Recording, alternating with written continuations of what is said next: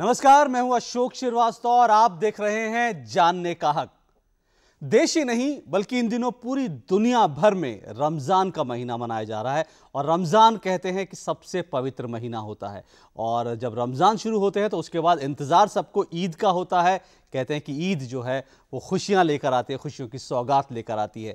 लेकिन क्या आप जानते हैं कि देश की करीब करीब 70% जो मुस्लिम आबादी है उनके लिए ईद उतनी खुशियां लेकर नहीं आती जितनी कि हम उम्मीद करते हैं। शायद इसलिए क्योंकि वो ऐसे लोग हैं जो कि मुफलिसी में जी रहे हैं, मुश्किलों में जी रहे हैं, दुश्वारियों में जी रहे हैं, गरीबी में जी रहे हैं। और ऐसी तमाम आबादी को ज़रूरत इस बात की है कि उनको देश के अन्य लोगों की तरह, देश की जो अन्य आबादी है उनकी तरह उनको भी विकास के रास्ते पर लाया जाए। और इसी मकसद से, इसी उद्देश्य के साथ अल्पसंख्यकों को केंद्रित करके, अल्पसंख्यकों को केंद्र में रखकर इस वक्त देश में बहुत सारी योजनाएं बनाई जा रही हैं। बहुत सारी योजनाएं ऐसी हैं जिनको इम्प्लीमेंट किया जा रहा है, लागू किया जा रहा है। लेकिन बड़ा सवाल ये है कि जो योजनाएं बनाई जाती हैं, जो इम्प्लीमेंट होती हैं, क्या उनका फायदा, क्या उनका लाभ आम आदमी तक पहुंचता है, आम अल्पसंख्यक तक पहुंचता है, आम मुसलमानों तक पहुंचता है। आज के कार्यक्रम में हम खास इसी मुद्दे पर बात करेंगे और आरटीआई की बात करेंगे कि किस तरह से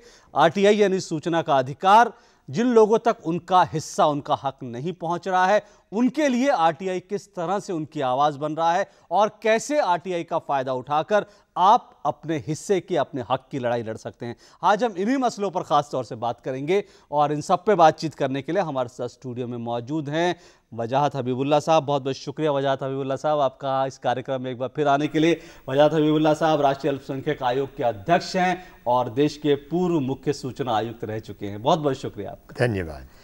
तो चलिए कार्यक्रम की शुरुआत करते हैं। जैसा कि मैंने शुरू में कहा कि अल्पसंख्यकों को केंद्र में रखकर देश में बहुत सारी योजनाओं की अब तक शुरुआत हो चुकी है और अक्सर हम देखते हैं जब अल्पसंख्यकों के विकास की बात होती है तो बहुत से राज्य, तमाम राज्य कह सकते हैं कि इस बात का रोना रोते हैं कि उनके पास पैसे की कमी है, उनके पास अल्पसंख्यक विकास के लिए फंड की कमी है। लेकिन आरटीआई इसका सबूत है कि कहीं ना कहीं फंड से ज्यादा कमी राजनीतिक इच्छा शक्ति की है।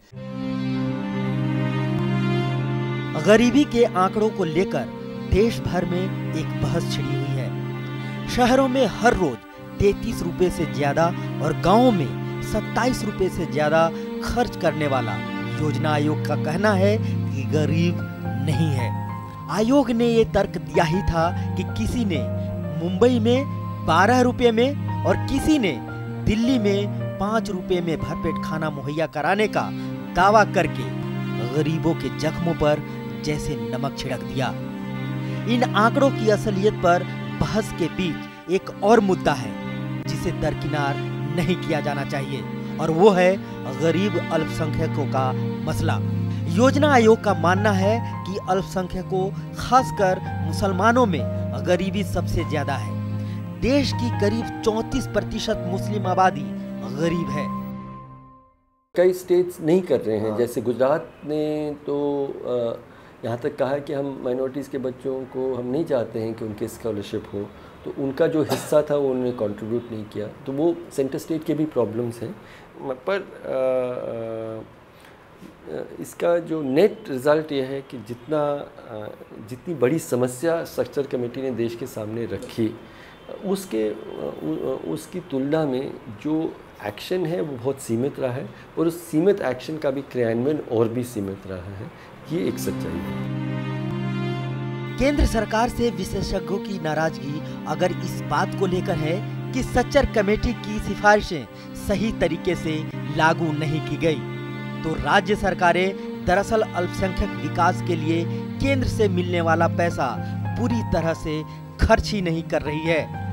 आरटीआई से हुआ खुलासा ये बताता है कि 11वीं पंचवर्षीय योजना में केंद्र सरकार ने अल्पसंख्यकों के विकास के लिए मल्टी सेंट्रल डेवलपमेंट प्रोग्राम यानी MSDP के तहत जो पैसा भेजा, 20 में से 12 राज्यों ने उसका आधे से भी कम पैसा खर्च किया और इनमें जम्मू कश्मीर, महाराष्ट्र, कर्नाटक जैसे राज्य भी हैं और उत्तर प्रदेश और बिहार भी, जहां के मुख्यमंत्री अल्पसंख्यकों के हिमायती होने का दावा करते हैं।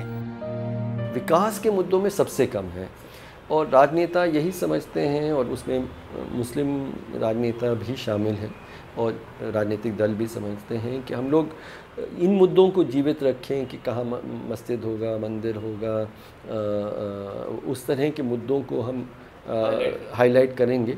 लेकिन उनका पेट भर रहा है, उनको विकास का, एजुकेशन का पूरा हिस्सेदारी हो रही है, वो मुद्दा नहीं बन पाया है। इन हालात के लिए केंद्र और राज्यों के बीच राजनीतिक रस्साकशी भी जिम्मेदार है।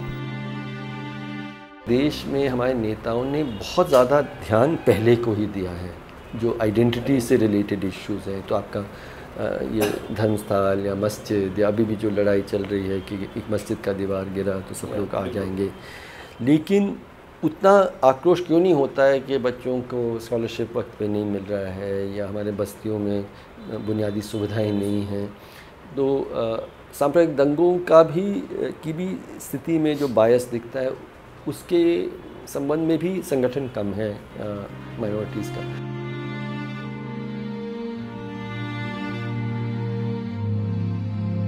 अल्पसंख्यकों के विकास के दावे लगभग सभी सरकारें और राज्य सरकारें करती रही हैं, लेकिन हकीकत जो सूचना के अधिकार कानून से जो बातें सामने आ रही हैं, जो उभर करके जो रिपोर्ट सामने आ रहे हैं, उसकी हकीकत कुछ और ही है।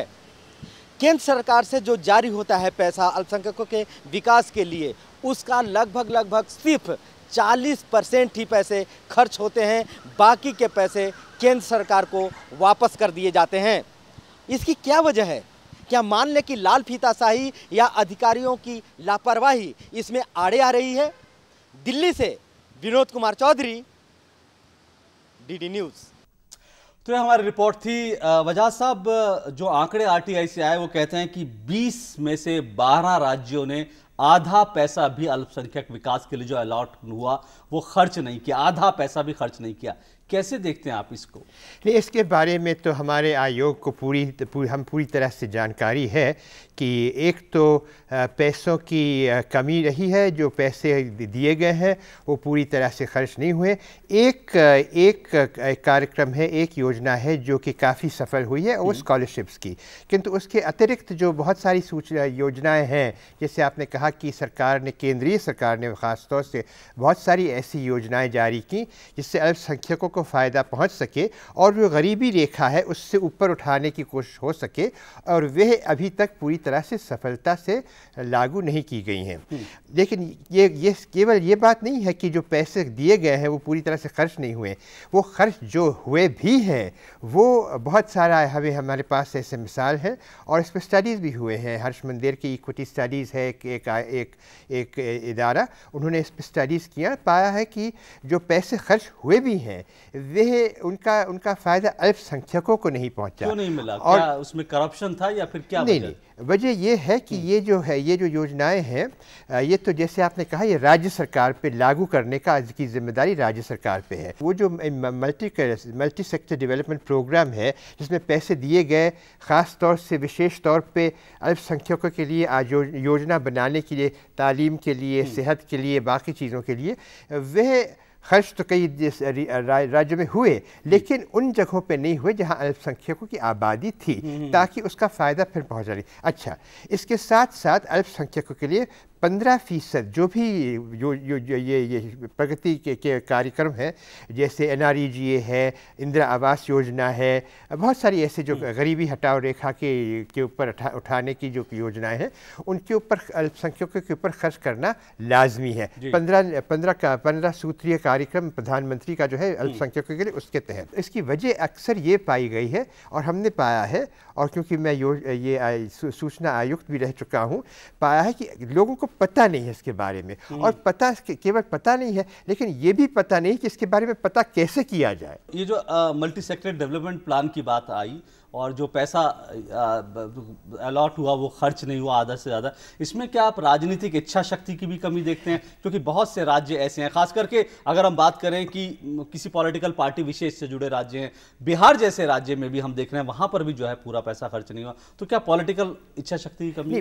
बिहार है, यूपी है, यूपी में जहाँ इच्छा है सरकार की, किंतु उसमें जो सिस्टम था वो ठीक तरह से नहीं बनाया गया था। अब क्या किया गया, पहले ज़िले थे, मल्टी सेक्टर डेवलपमेंट प्रोग्राम ज़िले के हिसाब से डाले जाते थे, जिसमें 25% आबादी अल्पसंख्यकों की है और 25% या उससे ज़्यादा, तो वहाँ ये पैसे दिए जा रहे थे, किंतु वो पैसे उन इलाकों में खर्च नहीं हो रहा था जहाँ अल्पसंख्यक आबादी थी। तो अब ये ब्लॉक बना दिया गया ताकि ब्लॉक में कंसंट्रेशन ज़्यादा होगा, और जब ब्लॉक पे खर्च होगा तो जाहिर है कि उसका असर पड़ेगा ही, अल्पसंख्यकों पर कोई कुछ ना कुछ असर पड़ेगा। और इसमें ये भी है, ये योजना आयोग की हमारे साथ उन्होंने विचार विमर्श करने के बाद ये सिफारिशें दी है, और मुझे ये खुशी है कि 12वीं 5 वर्षीय योजना में ये अपना लिया गया है, ये मान लिया गया है, और इसी तरह से ब्लॉक्स हो जाएंगे और ऐसे नगर होंगे, ऐसे शहर होंगे जहां 15% से ज़्यादा आबादी अल्पसंख्यकों की है, वहां भी ये लागू हो जाएगा, ताकि ये चाहे वो उस ऐसे ज़िले के या ब्लॉक के हिस्से है या नहीं है। सरकार को सबक सीखना सरकार के लिए बड़ा ज़रूरी है, जो गलतियां हुई, लेकिन अक्सर हम देखते हैं कि सरकार सबक सीखने के बजाय कई बार गलतियों का दोहराव होता है, जो गलतियां की जाती हैं और जो योजनाएं बनती हैं अक्सर वो कई बार हम देखते हैं कि सिर्फ कागजों पर रह जाती है। राज्य सरकारों की हम बात कर रहे थे कि राज्य सरकारों में इच्छा शक्ति की कमी होती है, लेकिन इस मामले में, इस मसले पर केंद्र सरकार का भी अगर देखें तो उसका रिपोर्ट कार्ड भी बहुत अच्छा नहीं है। अल्पसंख्यक महिलाओं के लिए एक नई योजना की शुरुआत की गई थी साल 2009 में। केंद्रीय अल्पसंख्यक मंत्रालय ने नई रोशनी, जो अल्पसंख्यक महिलाएं हैं उनके सशक्तिकरण के लिए, एम्पावरमेंट के लिए नई रोशनी करके एक कार्यक्रम शुरू किया था, लेकिन 4 साल होने के बावजूद ये कार्यक्रम सिर्फ और सिर्फ कागजों पर रहा, लागू नहीं हुआ। एक भी पैसा आम आदमी तक, आम महिला तक जो है वो नहीं पहुंचा। और जब आरटीआई लगी और आरटीआई से ये सच सामने आया, उसके बाद अब ये योजना अमल में लाई गई है, अब ये योजना लागू हो रही है। क्या है ये पूरा मामला, ये देखते हैं हमारे संवाददाता संतोष चौधरी की इस रिपोर्ट में। बाबा साहब अम्बेडकर ने कहा था, किसी देश के विकास को आंकना हो तो वहाँ की महिलाओं के हालत से पता लगाया जा सकता है। सच्चर कमेटी की रिपोर्ट ने अल्पसंख्यकों में मुस्लिम आबादी की मुफलिसी की जो तस्वीर खींची है, उससे गरीब मुस्लिम महिलाओं के हालत का अंदाजा लग जाता है। एक अनुमान है कि 85% मुस्लिम महिलाएं आज भी शिक्षा से महरूम हैं। पर ऐसा नहीं कि इस तरफ किसी का ध्यान नहीं गया। केंद्र सरकार ने अल्पसंख्यक महिलाओं के सशक्तिकरण के लिए नई रोशनी नाम से एक योजना बनाई है। नई रोशनी योजना के तहत अल्पसंख्यक महिलाओं का जीवन स्तर उठाने के लिए ट्रेनिंग प्रोग्राम के माध्यम से शिक्षा, रोजगार, हेल्थ, साफ पानी, परिवार नियोजन, शौचालय, कौशल विकास जैसी योजनाएं रखी गई। अल्पसंख्यक महिलाओं में नेतृत्व क्षमता का विकास हो, यह इस योजना का एक मूल उद्देश्य है। लेकिन विडंबना ये कि ये योजना अल्पसंख्यक मंत्रालय की फाइलों में दब कर रह गई है। कागजों पे दिखाते हम कितनी इनकी मदद कर रहे हैं, तो सिर्फ दिखावा है, ढकोसला है, कोई माइनॉरिटी का काम नहीं हो रहा है। सब योजनाएं कागजों में और फाइल में दब के रह गई हैं और कोई आदमी ईमानदारी से उन्हें लागू करने के लिए तैयार नहीं है। उत्तर प्रदेश के आरटीआई कार्यकर्ता सलीम बेग ने जब इस सिलसिले में सूचना का अधिकार कानून का इस्तेमाल किया तो सरकारी लाल फीताशाही की पोल खुल गई।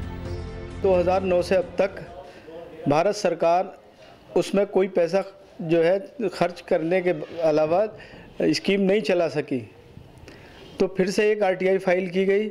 उसमें जाना गया कि अल्पसंख्यक महिलाओं में नेतृत्व क्षमता विकसित के नाम पर जो स्कीम चली वो कहाँ देश के किस किस हिस्से में, किस किस प्रदेश में चालू की गई, कितने बेनिफिशियर्स हैं, कितना बजट उसका रिलीज़ हुआ, कितना कहाँ खर्च हुआ। तो मालूम ये हुआ 2013 में उस पे 2013 तक उस योजना पे काम की शुरुआत नहीं की गई थी। आरटीआई से सच सामने आया तो सरकारी मशीनरी तुरंत हरकत में आ गई और जिस योजना का एक भी पैसा जरूरतमंद तक नहीं पहुंचा था, उस पर अमल की कार्यवाही शुरू हो गई। राइट टू इन्फॉर्मेशन का अगर हम प्रयोग नहीं करते तो शायद ये योजना यूं ही दबी रह जाती।